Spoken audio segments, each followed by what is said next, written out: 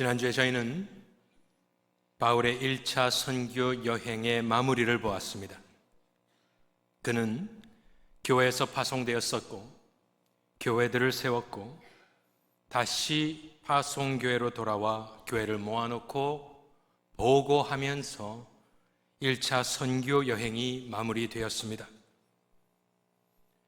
저도 설교를 하면서 많은 것을 깨닫게 되었습니다. 선교와 교회를 따로 떼어 생각하는 이 시대에 성경이 보여주는 선교는 저런 것이구나 깨닫게 되었고, 특별히 바울과 바나바는 사도임에도 불구하고 처음부터 끝까지 철저하게 로컬 교회의 권위 아래 복종하며 순종하며 그렇게 겸손하게 선교 사역에 임하였던 것, 저에게는 큰 감명이 되었습니다. 안디옥 교회는 그렇게 성령 충만한 강력한 교회였습니다. 11장에서 세워지는데, 사도행전 11장에서 지금 오늘 본문 말씀이 나오는 15장 초반부까지 몇 장 안 되지만 성경학자들의 이야기를 따라가 보면 약 8년에서 10년이 지난 상황이랍니다. 우리는 쓱 읽고 지나갔지만 시간이 흘렀습니다. 이 안디옥 교회는 참으로 대단한 교회였습니다. 세 가지 정도만 뽑아서 생각을 해보면 11장, 사도행전 11장 19절을 보여주시면은 그때 스데반의 일로 일어난 환란으로 말미암아 흩어진 자들이 베니게와 구브로와 안디옥까지 이르러 죄송합니다. 유대인에게만 말씀을 전하는데, 그 중에 구브로와 사이프러스와 구레네, 사이린이 몇 사람이 안디옥에 이르러 헬라인에게도 말하여 주 예수를 전파하니 수많은 사람들이 믿고 주께 돌아왔다 되어 있습니다. 이 안디옥 교회는 흩어진 난민들이 세운 것과 비슷하고, 안디옥에 사는 사람들도 물론 있었겠지만 외부 사람들, 구브로와 구레네 몇 사람이 헬라인에게도 예수를 전파했다는 것이 처음 있는 일이고 특이했기 때문에 적어 놓았습니다. 두 번째로 특이한 점은 무엇이냐 보면 11장 26절에 보면은 제자들이 안디옥에서 비로소 그리스도인이라 일컬음을 받게 되었더라. 그리스도인, 우리도 그리스도인입니다. 크리스찬입니다. 크리스티아노스라는 말인데 그것은 크라이스트, 그리스도에 속한 자들이라는 소리입니다. 저거는 별명입니다. 세상 사람들이 안디옥의 그 교회 교인들을 보니까 저들은 자기들이 믿는 신에 속한 사람들이다. 우리와 다르다. 이 세상에 속한 사람들이 아니다. 저 사람들은 그리스도라 하는 자에게 속한 이들이라 조롱하여 혹은 별명으로 부르기 시작한 것이, 그것이 어디서 시작됐느냐? 안디옥에서 시작됐답니다. 그리고 세 번째로 보면은 13장에서 세계 최초로 이 교회는 하나님이 모 교회인 예루살렘 교회도 있지만 안디옥 교회를 통해서 세계 최초로 세계 선교를 시작하신 교회입니다. 이 세 가지만 봐도 안디옥 교회는 세 가지의 최초가 달립니다. 최초로 유대인들에게만 말씀을 전한 것이 아니라 헬라인에게도 예수 그리스도의 이름을 전파했다. 그 선을 넘었다. 두 번째로는 여기서부터 비로소 사람들이 크리스찬, 그리스도인이라 사람들을 부르기 시작했다. 최초로.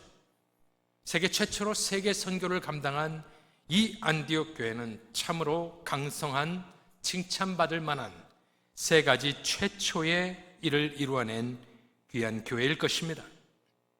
지금도 많은 교회들이 이 교회를 본받고 싶어서 교회 이름을 여기서 따오지 않습니까?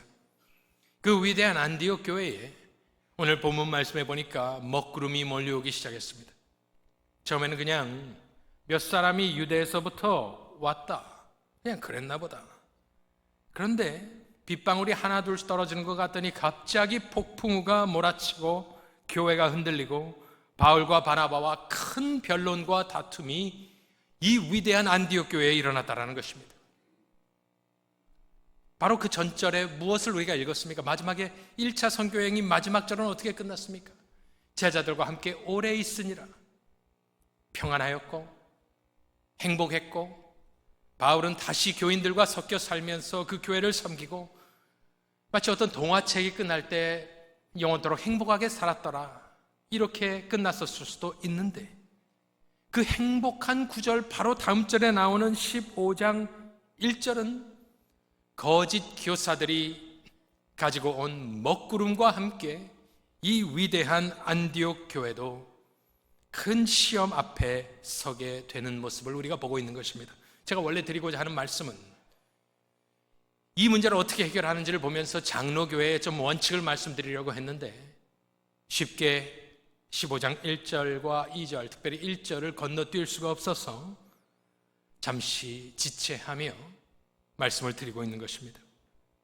우리는 사도행전을 읽을 때 어떤 생각으로 읽느냐면은 분홍빛 환상 속에서 사도행전을 읽습니다. 사도행전 2장에서 성령의 역사, 강림, 교회의 설립과 함께 큰 부흥이 일어난 그것이 모든 것을 압도해버립니다.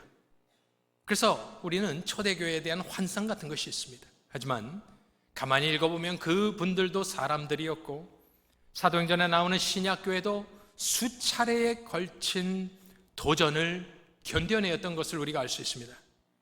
외부의 탄압과 내부의 적이 있는데, 교회가 시작되고 4장 18절에 보면 종교 지도자들의 탄압이 나옵니다. 외부에서 들어오는 거죠.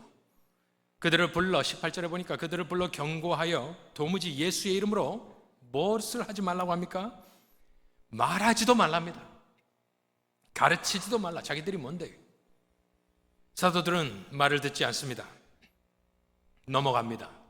위협에 굴복하지 않습니다. 5장에는 아나니아 삽비라 사건이 나옵니다. 내부의 사건입니다. 사람에게 거짓말한 것이 아니요 하나님께로다 하면서 아나니아가 이 말을 듣고 엎드려져 혼이 떠나니 이 일을 듣는 사람이 다 크게 두려워하더라. 4장에서는 외부의 핍박, 5장에서는 거짓말을 통한 성령을 속이려 하는 것, 계속해서는 5장에 보니까 사도들을 옥에 가두어 버립니다. 18절에 보니까 사도들을 잡아다가 옥에 가두었더니, 40절에 그들이 옳게 여겨 사도들을 불러들여 채찍질하며 예수의 이름으로 말하는 것을 금하고 놓아주었습니다.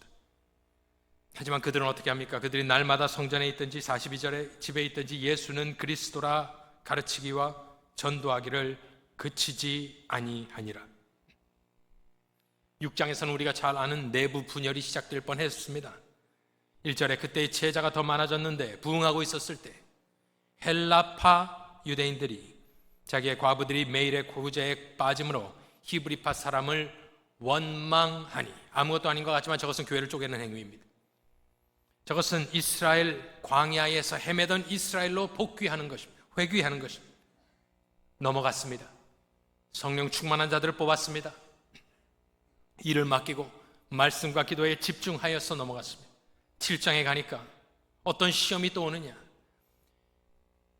가장 성령 충만했던 스데반을 하나님은 순교하게 놔둡니다. 그들이 돌로 스데반을 치니 스데반이 부르짖어 이르되 주 예수여 내 영혼을 받으시옵소서.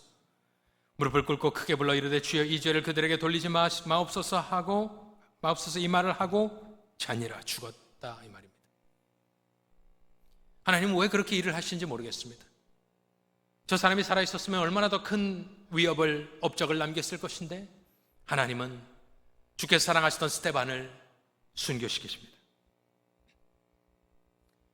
저 순교자의 피는 안디옥 교회의 걸음이 되었던 것입니다. 아까 읽으신 대로 저 핍박 뒤에 흩어지던 사람들이 안디옥까지 가서 예수를, 복음을 전했다. 8장에는 초대교회에 어떤 시험이 있었냐면은 시몬이라는 사람이 돈으로 성령을 사려는 참으로 황당한 일을 벌입니다. 시몬이 사도들의 안수로 성령 받는 것을 보고 돈을 들여 이르되 이 권능을 내게도 주어. 베드로가 꾸짖습니다. 베드로가 이르되 네가 하나님의 선물을 돈 주고 살 줄로 생각하였으니 네 은과 네가 함께 망할지어다. 저 사람이 회개합니다. 하지만 성직을 매매하는 것, 중세시대에 성직을 매매하는 것을 영어로 무엇라 하였습니까? 저 시몬의 이름을 따서 사이몬이라고 합니다. 성직 매매. 그리고 하나 더 보면 12장 1절에 헤롯 왕이 손을 들어 교회 중에서 몇 사람을 해하려 하여 본보기를 보인다는 겁니다. 그리고 요한의 형제 야고보를 칼로 죽였다. 저 야고보는 누굽니까? 예수 그리스도의 3인방입니다. 베드로, 야고보, 요한. 요한복음의 형제. 요한복음을 쓴 요한의 형제. 예수님이 데리고 다니던 이너서클 아니겠습니까? 인간적으로 생각하면 섭섭할 수 있지 않겠습니까? 내가 예수님을 어떻게 쫓아다녔는데 결국에 그는 본보기로 마치 장난하듯이 헤롯이 칼로 베어 12장에서 짧게 요한의 형제 야고보를 칼로 죽이니 형장의 이슬로 사라져버렸습니다. 초대교회는 지금 본 바와 같이 여러 가지 외부의 핍박과 내부의 적으로부터 공격을 받아왔고, 하지만 하나님의 은혜로 버틸 수 있었다는 것을 우리가 기억해야 됩니다. 그것을 생각해 보면 한 두 가지 정도 우리가 깨달을 수 있는데, 첫 번째로 교회에 대한 사탄의 도전은 계속된다는 사실입니다. 또 하나 사실은 무엇이냐? 아무리 그래도 음부의 권세가 교회를 이기지 못함을 여러분들은 믿으셔야 합니다. 그 두 가지를 깨닫고 보면은 그 위대했던 안디옥 교회에도 이런 시련이 찾아오는 것을 볼 때에 저와 여러분은 오늘 어떠한 마음으로 이 자리에 나오셨습니까? 제가 권면드리고 싶은 것은 우리가 교회에 올 때에 들어오실 수 있기를 바랍니다. 하나님의 은혜가 아니고서는 설 수 있는 사람도 없고 교회도 없는 것입니다. 하나님께서 지난 일주일 동안 여러분들의 생명을 연장시켜 주셨기 때문에, 하지만 건강보다 더 중요한 것은 믿음을 주셨기 때문에 이 자리에 와 있는 것입니다.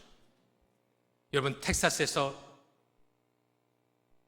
홍수가 난 사건을 지금 저도 어제 오늘 듣고 있는데, 크리스찬 캠프에 꼬마 아이들, 여자아이들이 수십 명이 떠내려간 모습 가운데 하나님께서 우리를, 특별히 우리 교회를 붙들어 주시기를 저희들은 항상 기도해야 될 줄로 믿습니다. 오늘 교회에 오는데 교회가 이 자리에 있는 것, 누군가는 섬기고 있는 것, 불이 들어오고 누군가는 비를 냈으니까 지금 불이 들어오는 건 아니겠습니까? 누군가는 찬양대를 하고 운전을 하고 밥을 하고 치우고 셋업하고 썬데이 스쿨을 가르치고 오케스트라를 하고 방송을 하고 저는 설교를 하고, 오늘 귀한 장로님께서 기도해 주셨습니다만 저는 금요기도회 때 이럴 때 종종 우리 목사님들 이런 분들이 저를 위해서 기도해 주실 때마다 참으로 민망합니다. 하지만 저를 위해서라기보다는 영생장로교회 담임 목사직을 감당하기 위해서 여러분들이 기도해 주신 줄을 알고 감사함으로 기도를 받고 있는 것입니다. 항상 우리가 기도해야 될 것 여러 가지 제목이 있지만 특별히 교회를 위하여 여호와께서 이 집을 지키시지 아니하시면 파수꾼의 경성함이 허사이기 때문에 하나님께서 우리 영생장로교회를 붙들어 주시라고 기도하시는 우리 교인들이 되시기를 바랍니다. 지난주에 큰 폭풍우가 있었는데 권혁천 목사님으로부터 메시지가 왔습니다. 다시 샌프란시스코 잘 도착하셨고 베풀어 주신 환대에 감사한데, 뉴스를 들어보니까 필라델피아 지역에 큰 홍수가 났는데 교회가 어떠한가 물어오셨습니다. 저희 교회는 평안하다 말씀을 드렸습니다. 저희 선교관은 조금 데미지가 있었지만 또 우리 장로님이 올라가셔서 다 그거 메꾸시고, 교회는 누군가의 희생과 섬김으로 진행되고 있는 것입니다. 또 특별히 세상이 악해지고 있기 때문에 저와 여러분은 교회를 위해 기도해야 됩니다. 특별히 총기 사건이 많은 이때에 더욱 기도해야 됩니다. 악한 자들 사단 마귀 틈타지 말게 해 주옵소서. 하나님의 은혜 아니고서는 설 수 없는 것. 우리 감사할 것이 무엇이 있습니까? 7월 4일은 미국의 독립기념일이었습니다. 만일 이 땅에 그 자유를 놓고 싸운 사람, 죽은 사람들이 없었더라면 우리는 아직도 이 땅은 영국의 속국이었을 것입니다. 그것은 무슨 뜻이냐? 종교의 자유도 없이 거기는 그때는 당시에 영국 국교인 것이 꽉 잡고 있었기 때문에 자유가 없었을 것입니다.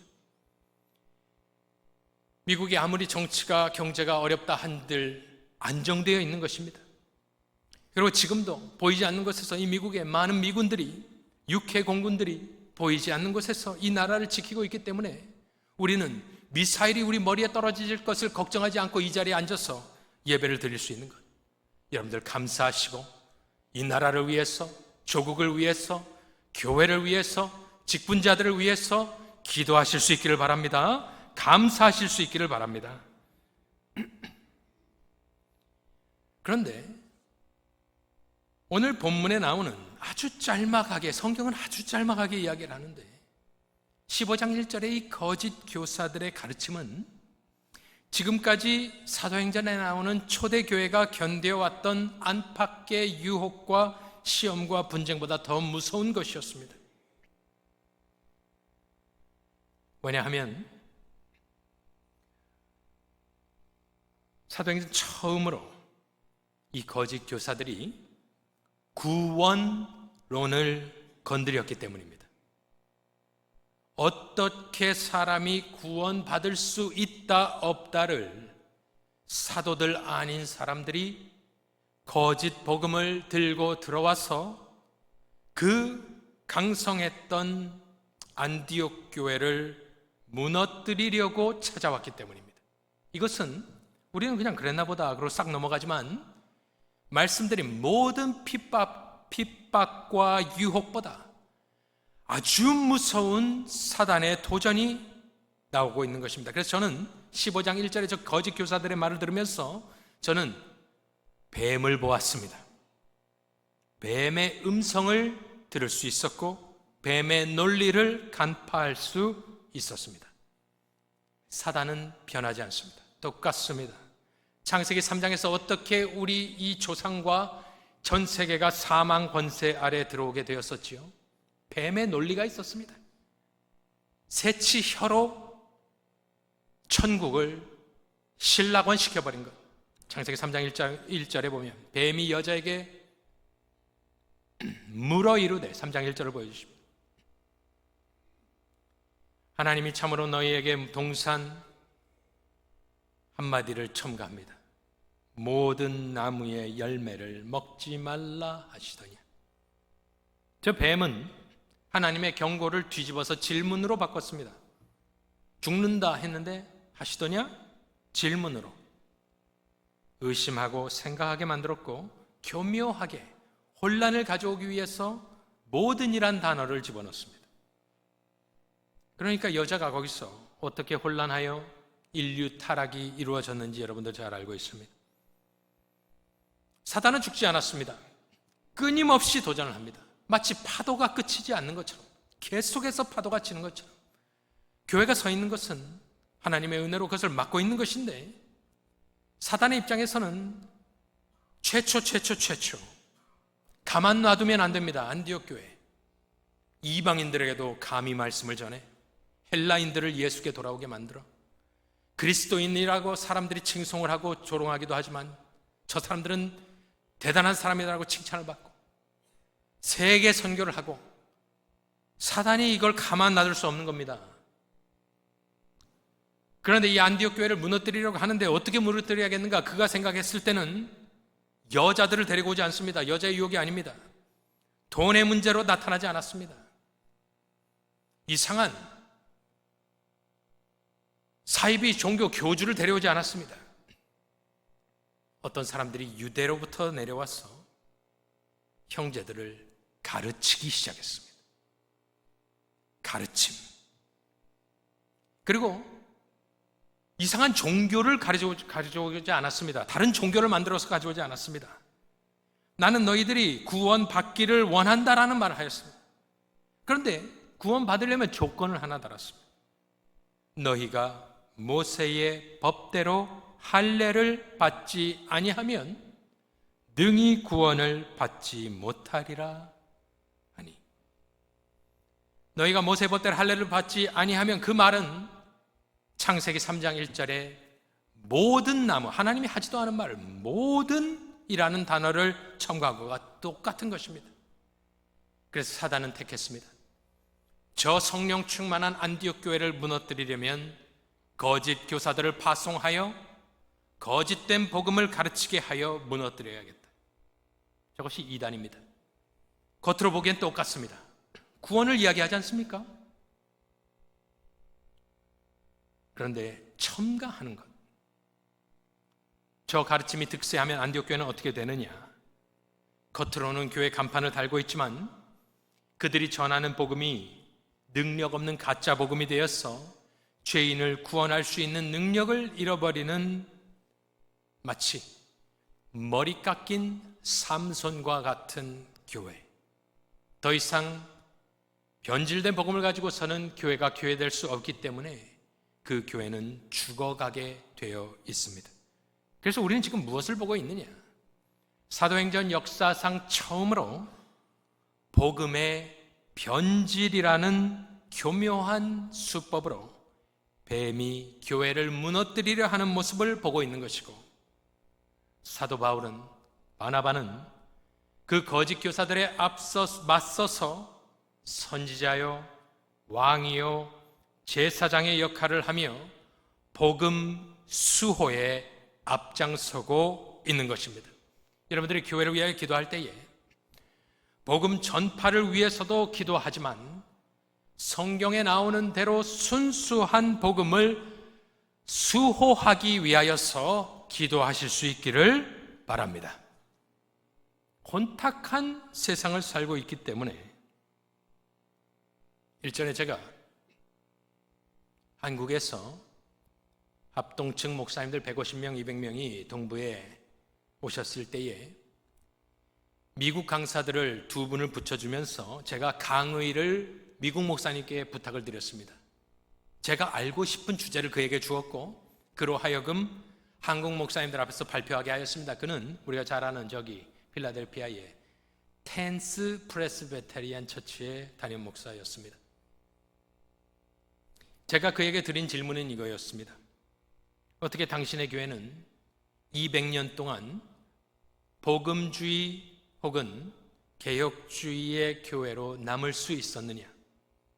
1829년에 세워진 그 교회, 아주 오래된 교회는 아닙니다. 그런데 1829년에 세워진 그 교회는 어떻게 여태까지 시간이 약 200년 정도 흐르는 가운데 변질되지 않고 필라델피아에서 계속해서 복음 사업을 하고 있느냐? 왜냐하면 한국 교회는 아직 200년 된 교회가 없다. 가톨릭 빼고 개신교에서는 없습니다. 그래서 저는 궁금했습니다. 무슨 말을 할까? 그의 대답은 의외였습니다. 자신의 교회가, 텐스 장로교회가 200년 동안 복음의 순수성을 유지할 수 있었던 비결은 다름 아닌 무엇일까요? 그의 대답은 목사였습니다. 뭐라고 그러냐면은 200년 동안 이 교회가 유지될 수 있었던 것은 제대로 된 정통신학과 복음적인 설교를 하는 목사님들을 대대로 모신 결과 그들이 계속해서 바톤 터치를 하면서 생명의 말씀을 선포하여 교회가 지금까지 지속되었다라는 말을 해 주었습니다.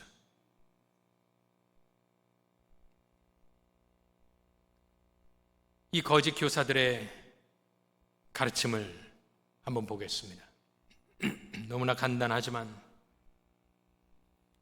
딱 그들이 이야기하는 것은, 다시 보여주시면 15장 1절을 보여주시면, 어떤 사람들이 유대로부터 내려와서 형제들을 가르치되, 아무 성경 공부나 가면 안 되는 겁니다. 그들이 뭐라 하느냐?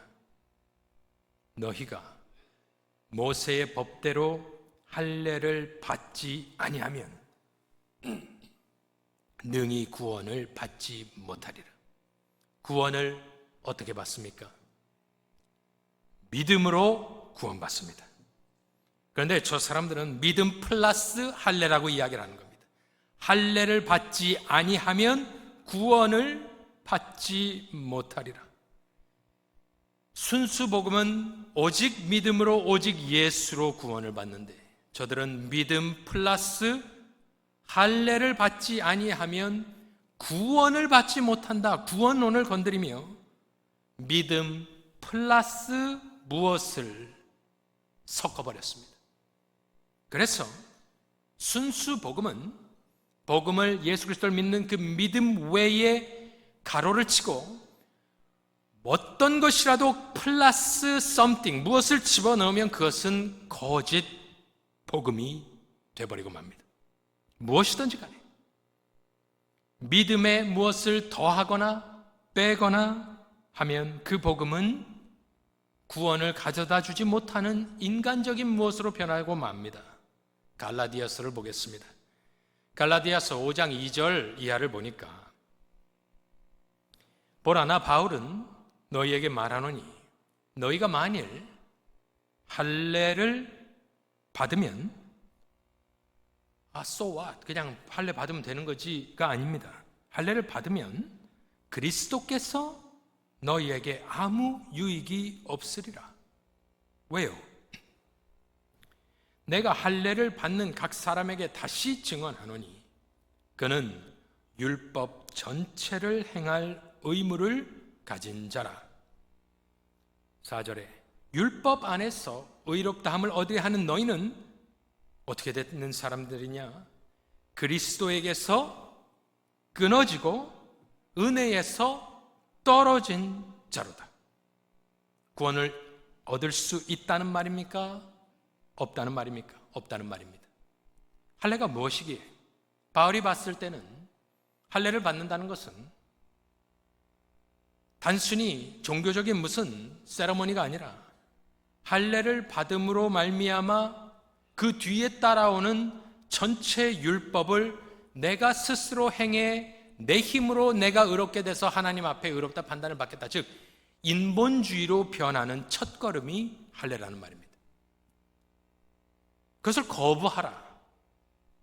오늘 15장 1절에서도 거짓 교사들이 모세의 법대로 할례를 받지 아니하면 구원을 받지 못하리라. 구원과 할례를 묶었기 때문에 저것이 거짓 복음이 되는 것이고 저들은 거짓 교사, 거짓 선지자들이 되는 것입니다. 그런데 복음은 갈라디아서에서 말한 것처럼 할례를 의지하는 사람은 육신과 육체를 의지하는 거고 할례를 받은 뒤에 의미는 내 힘으로 스스로 하나님께 의롭다 함을 받겠다. 세계 종교와 똑같이 된다는 말입니다. 그러니 십자가가 효력이 있을까요? 없을까요? 없는 거죠. 십자가는 다 이룬 것인데 이제 내가 할례를 받고 내 힘으로 구원 얻어보겠다 하니 하나님을 무시하는 게 되는 거고 십자가를 지워버리는 행위가 되는 것입니다. 갈라디아서 2장 16절에 보면 더 확실하게 나옵니다. 사람이 의롭게 되는 것은, 구원받는 것은 그런 뜻입니다. 사람이 의롭게 되는 것은 율법의 행위로 말미암음이 아니요. 왜? 율법을 지킬 수가 없기 때문에 사람이 완벽하게 지켜야 되는데 오직 예수 그리스도를 믿음으로 말미암는 줄 알므로 우리도 그리스도 예수를 뭐해요? 믿나니 이는 우리가 율법의 행위로서가 아니고 그리스도를 믿음으로써 의롭다 함을 얻으려 함이라. 율법의 행위로서는 의롭다 함을 얻을 육체가 없느니라. 그러니 사도 바울이 문지기처럼 딱 안디옥 교회를 지키고 있는데 이 사람들이 어디서 왔는가? 무슨 권세로 왔는가? 유대에서 왔다고 한 뒤에 계속해서 율법을 지켜라, 그래야 구원을 받는다라는 말을 듣자 사도 바울과 바나바는 가만히 있지 않았습니다. 큰 다툼과 변론이 일어나므로 거짓 교사들을 꾸중하였습니다. 중세 카톨릭이 왜 무너졌었나요? 복음을 설명할 때에 믿음과 뭐였어요? 플러스 썸띵입니다. 아니 너는 죄인인데 예수만 믿는다고 예수님이 널 다 용서해주고 널 받아주겠느냐?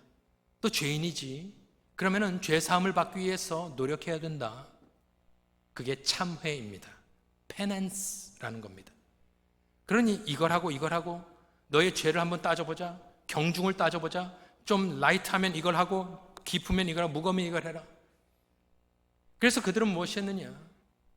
평생 가톨릭이 만들어 놓은 인본주의적 사상과 그들만의 모세율법은 아니지만 그들의 사람의 행위 안에 갇혀서 평생을 지내게 되었는데 결과적으로는 그 시스템에 갇혀 있는 사람들에게 무엇이 없는 줄 아십니까? 왜 오늘 제가 이 말씀을 다시 드려야 되는 줄 압니까? 왜냐하면 이것은 구원의 확신과 관련이 있기 때문입니다. 많은 분들이 하나님 앞으로 갑니다. 그런데 다가올 때 불안감이 드는 이유는 무엇이지요?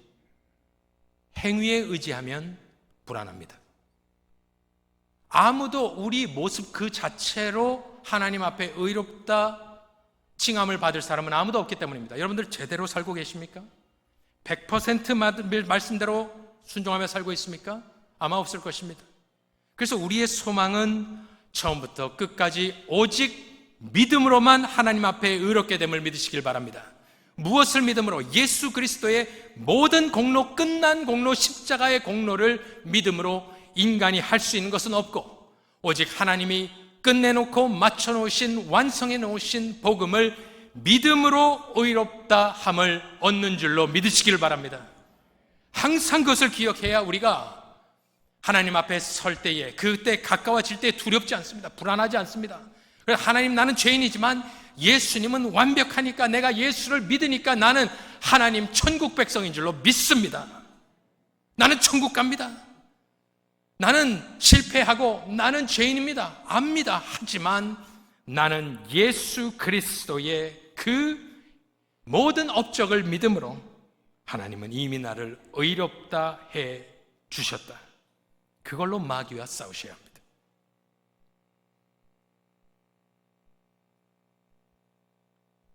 거짓 복음에 대한 경고를 한번 들어보겠습니다. 갈라디아서 1장입니다. 6절에 그리스도의 은혜로 너희를 부르신 이를 이같이 속히 떠나 다른 복음을 따르는 것을 내가 이상하게 여기노라. 다른 복음은 없나니 다만 어떤 사람들이 너희를 교란하여 그리스도의 복음을 어떻게 해요? 변하게 하려 함이라. 그러나 우리나 혹은 하늘로부터 온 천사라도 우리가 너희에게 전한 복음 외에 다른 복음을 전하면 말씀이 나와야 되는데요. 갈라디아서 1장 6절 이하 말씀입니다. 8절 보여주시면 그러나 우리나 혹은 하늘로부터 온 천사라도 우리가 너희에게 전한 복음 외에 다른 복음을 전하면 저주를 받을지어다. 9절에 우리가 전에 말하였거니와 내가 지금 다시 말하노니 만일 누구든지 너희가 받은 것 외에 다른 복음을 전하면 저주를 받을지어다. 15장 1절에 이 유대로부터 온 사람들은 어떻게 되겠습니까? 성경에 나와 있는 대로 저주를 받을지어다. 저주를 받게 되어 있습니다.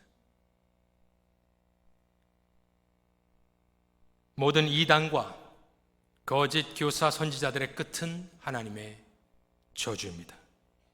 회개해야 합니다. 말씀드린 대로 하나님이 어떻게 해서 오래 참으시고 예수 그리스도 당신의 독생자를 보냈는데 어떻게 해서 죽고 부활하시고 승천해서 모든 구원을 다 이루었다 하셨는데 거기다가 사람의 행위를 섞겠다고? 그것은 하나님 얼굴에 먹칠을 해버리는 겁니다. 여태까지 했던 모든 하나님의 오래 참으심과 성경에 인자하심과 하나님의 사랑을 우습게 여기는 겁니다. 무엇보다 십자가가 끝이 아니라고, 완성이, 구원의 완성이 아니라고 이야기하니 예수 그리스도가 뭐가 됩니까? 다시 인간의 행위대로 하겠다고? 그게 성경의 역사 아닙니까? 인간이 성공한 적이 있었습니까? 율법주의는 그래서 믿음 플러스 something입니다. something을 잘라버린 것이 종교개혁입니다. 오직 믿음으로. 그것이 충분하다, enough하다. 그러면 이 믿음에서 뭘 빼버리는 것을 무엇이라고 할까? 더하는 것은 율법주의다. 그런데 믿음에서 뭐를 빼버리는 것은 아마도 자유주의라 말씀을 드리면 이해하기 쉬울 겁니다. PCUSA는 미국 교단 중 가장 오래된, 그 모체가 가장 오래된 미국의 메인라인 장로교회 교단입니다. 필라델피아에서 시작했습니다. 그런데 1924년도에 업스테인 뉴욕의 5번이란 곳에서 그들이 무슨 선언문을 발표하고 거기에 1200명의 목사가 사인을 합니다. 그 교단에 1200명. 그때 그것을 5번 어퍼메이션이라고 하는데, 거기서 그들이 무슨 것을 사인을 했냐면은, 여태까지는 PCUSA에서 목사가 되려면은 선언을 해야 돼, 선서를 해야 됩니다. 내가 이런 것을 믿소. 거기에 5가지 신앙의 기본을 믿음을 고백해야 되고, 웨스트민스터 신앙 고백서를 믿는다라고 고백을 사인을 해야 안수를 줍니다. 주어 썼습니다.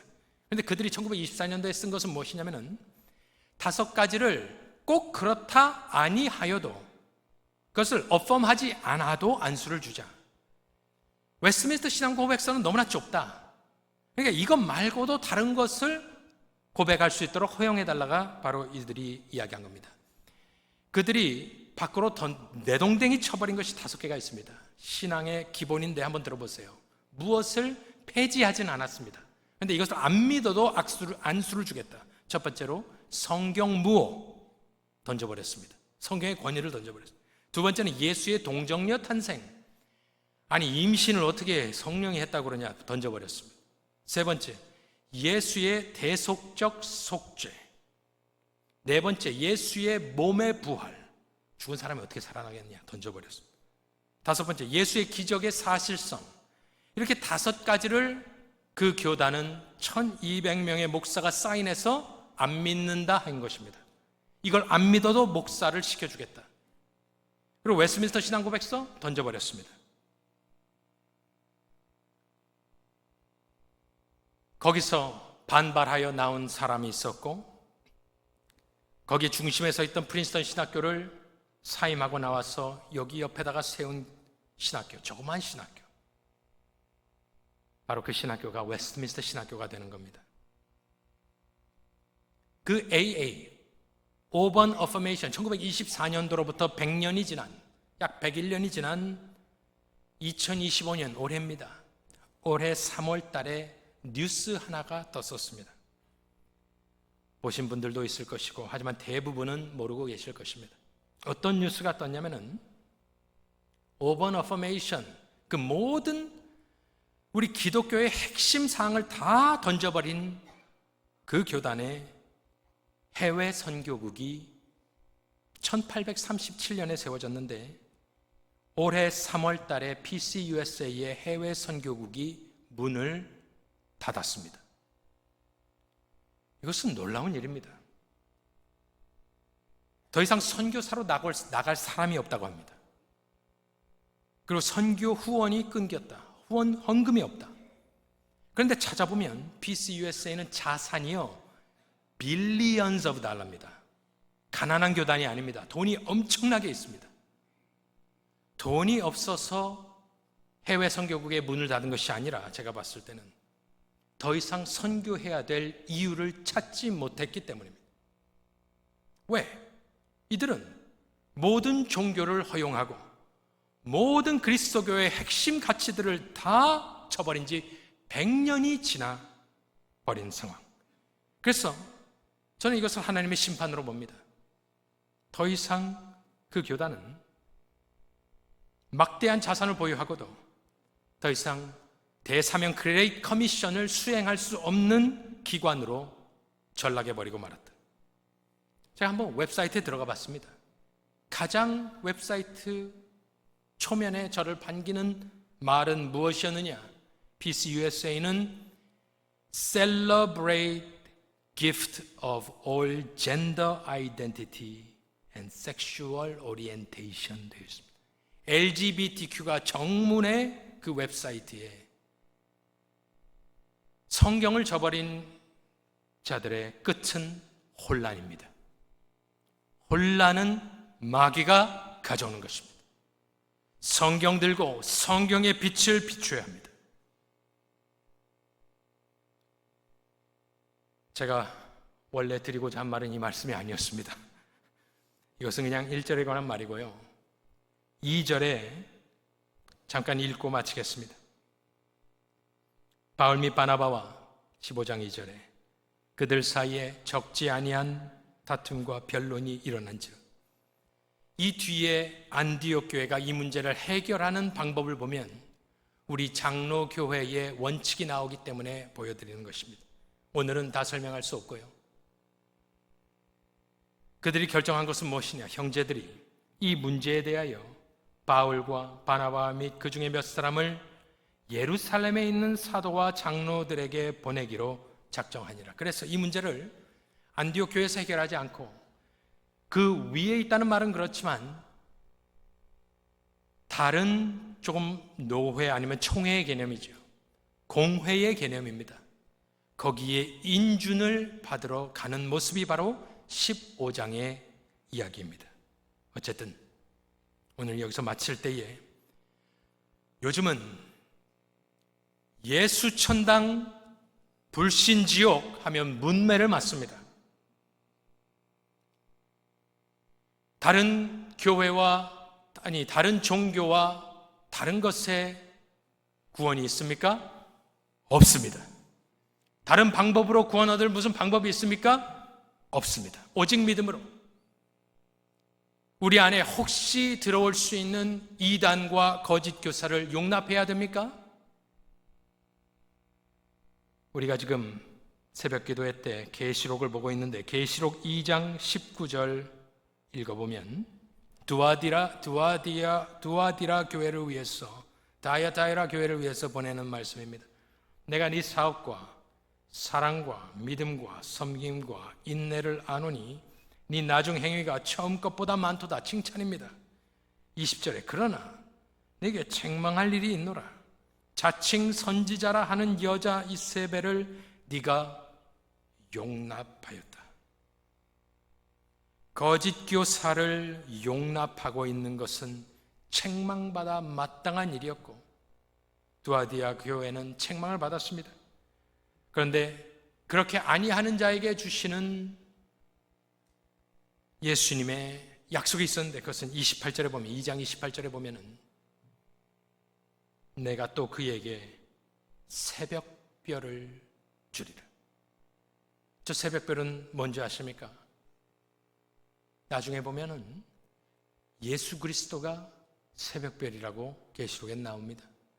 그래서 영광의 면류관 여러 가지 이야기를 할 수 있지만 거짓 교사를 용납하지 아니하고 처음 받은 순수한 복음을 믿고 견디는 교회와 교인들과 성도들에게는 예수께서 약속하시기를 내가 그에게 예수 그리스도 자신을 선물로 주겠다 약속하심을 믿으시고 우리 영생 장로교회와 교우들은 안디옥 교회처럼 타협하지 않고 오직 믿음으로 구원을 얻는 순수한 복음을 수호하여 새벽별이신 예수 그리스도를 상급으로 받으시는 복된 성도님들 다 되시기를 간절히 축원합니다.